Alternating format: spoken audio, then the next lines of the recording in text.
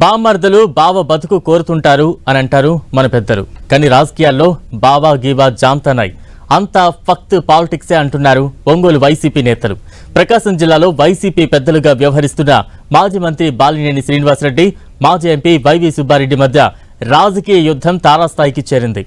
ఎమ్మెల్యేల మార్పులు చేర్పుల్లో Balineni sitting సీటుకే earth వచ్చే పరిస్థితి కనిపిస్తోంది. ఒంగోలు రాజకీయం రసవత్తరంగా మారిపోయింది. బావా బామర్దుల ఆధిపత్య పోరు ఇంతింతై అన్నట్లు పెరిగి పెద్దదవుతోంది. చివరికి ఒకరంటే ఒకరు గిట్టని స్థాయికి చేరింది. ఒకరికి ఒకరు చెక్ చెప్పుకుంటూ జిల్లా రాజకీయాలపై తమ మార్కు చూపించే ప్రయత్నాల్లో ఇద్దరూ బిజీగా ఉండటం ప్రకాశం పాలిటిక్స్ లో కాకరేపుతోంది. సీఎం జగన్ తొలి కేబినెట్ లో మంత్రిగా పనిచేసిన ఒంగోలు ఎమ్మెల్యే బాలినేని రాజకీయ భవిష్యత్పై రకరకాల ఊహాగానాలు వినిపిస్తున్నాయి. పార్టీపై కొంతకాలంగా కినుక వహించిన ఆయన పార్టీ మారతారని ఓవైపు, గిద్దలూరు నియోజకవర్గానికి మార్చేస్తారంటూ మరోవైపు విస్తృత ప్రచారం జరుగుతోంది. ఈ ఊహాగానాలను బాలినేని కొట్టిపడేస్తున్నా ఆయనకు సన్నిహితంగా ఉండే ఎంపీ మాగుంట శ్రీనివాసులపై వేటు పడుతుందనే టాక్ తో బాలినేని ఎలాంటి స్టెప్ తీసుకుంటారనేది ఇంట్రెస్టింగ్ గా మారింది. ఎమ్మెల్యేల మార్పు ప్రక్రియ ప్రారంభమయ్యాక 1-2 సార్లు సీఎం జగన్ ను కలిసిన బాలినేని తాను మళ్లీ ఒంగోలు నుంచే పోటీ చేస్తానని ప్రకటించిన మాజీ మంత్రి సిద్ధా రాఘవరావు కుమారుడు TTD board member Sudheer Kumar పేరును అధిష్టానం పరిశీలిస్తుందనే ప్రచారం. దీనికి తగ్గట్టే సిద్ధా రాఘవరావు హైదరాబాద్ లో బాలినేనిని కలవడంతో ఏదో జరుగుతోందనే సందేహాలకు ఊతమిస్తోంది.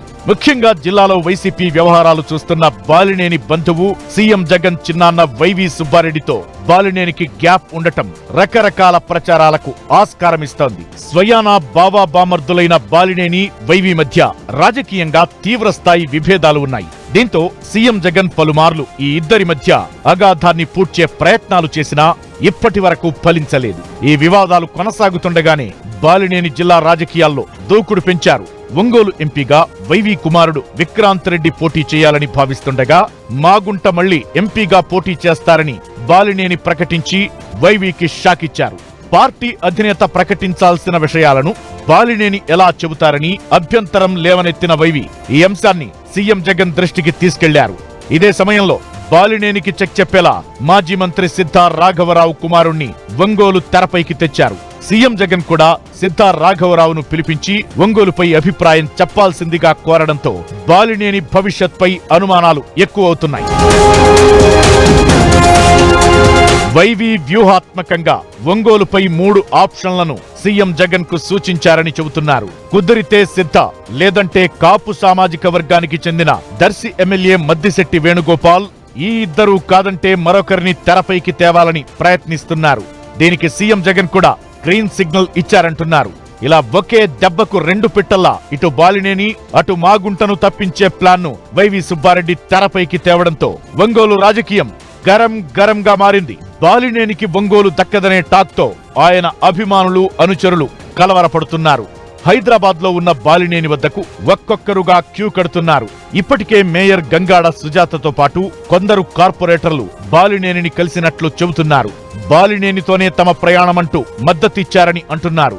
ఇలా స్థానిక నేతలు ప్రత్యేకంగా కలవడాన్ని ప్రత్యేకంగా చూస్తున్నారు పరిశీలకులు. జిల్లా నుంచి నేతలను పిలిపించుకుంటున్నారంటే తెర వెనుక మంత్రాంగమేదైనా నడుపుతున్నారా అనే అనుమానాలు వ్యక్తమవుతున్నాయి.